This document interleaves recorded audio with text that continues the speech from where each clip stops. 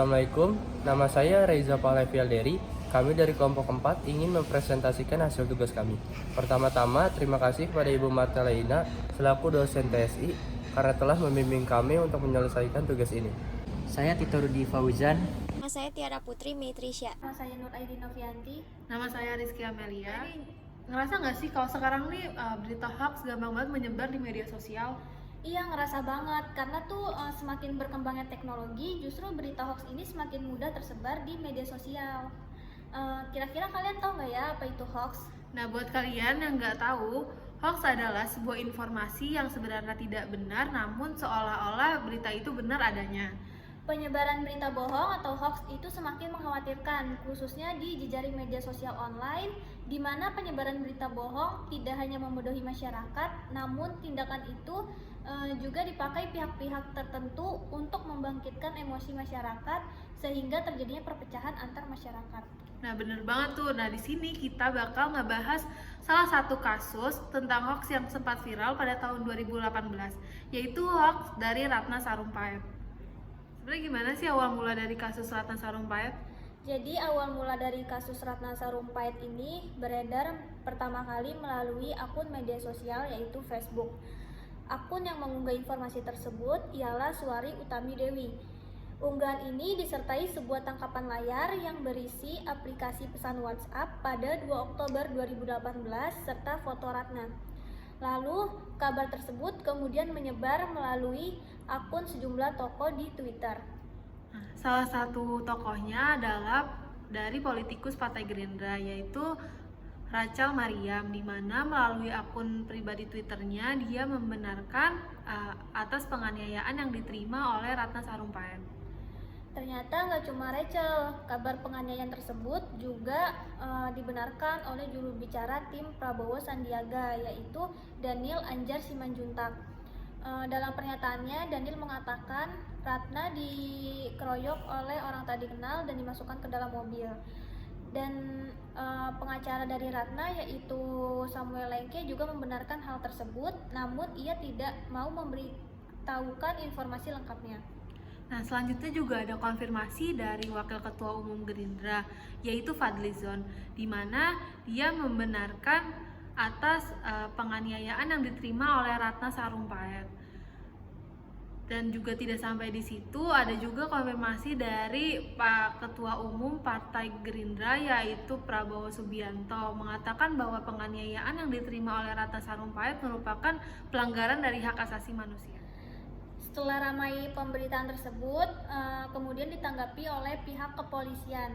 Kepolisian melakukan penyelidikan setelah mendapat 3 laporan terkait dugaan hoax itu.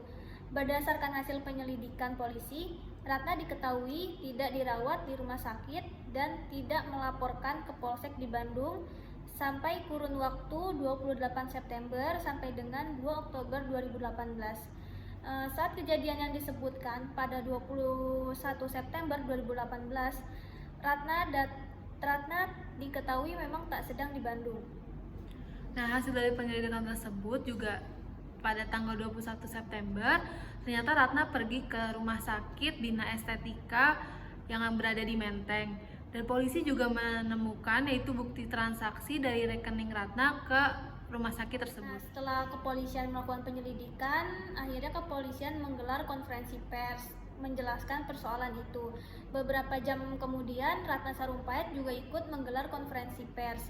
Dia mengaku bahwa kabar itu tak benar. Menurut Ratna, awal dari kabar pemukulan sebetulnya hanya untuk berbohong kepada anaknya.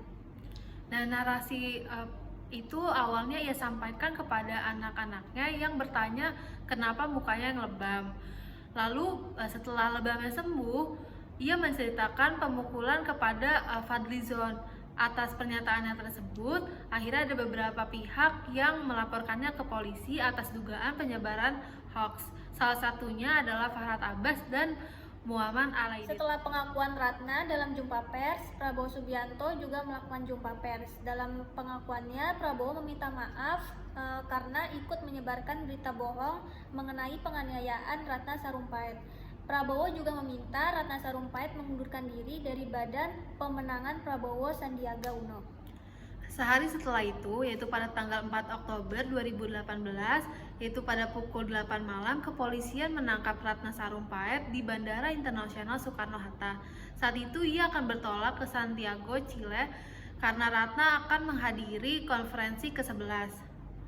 Kepala Bidang Humas Polda Metro Jaya mengatakan penangkapan tersebut terkait dengan statusnya sebagai tersangka dalam kasus penyebaran hoax.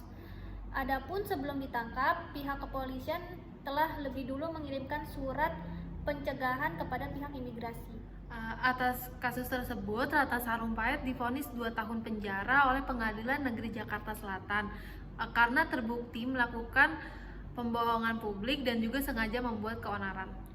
Dalam keputusan tersebut, Ratna dijerat 2 pasal. Pertama, pasal 14 UU nomor 1 tahun 1946 dan kedua pasal 28 ayat 2 UU ITE. Vonis hukuman 2 tahun penjara atas Ratna Sarumpait ini lebih rendah dari tuntutan 6 tahun penjara oleh jaksa penuntut umum. Jadi itulah kronologi yang dapat kami sampaikan atas kasus penyebaran hoaks Ratna Sarumpait. Sekian yang dapat kami sampaikan, kurang lebihnya mohon maaf. Wassalamualaikum warahmatullahi wabarakatuh.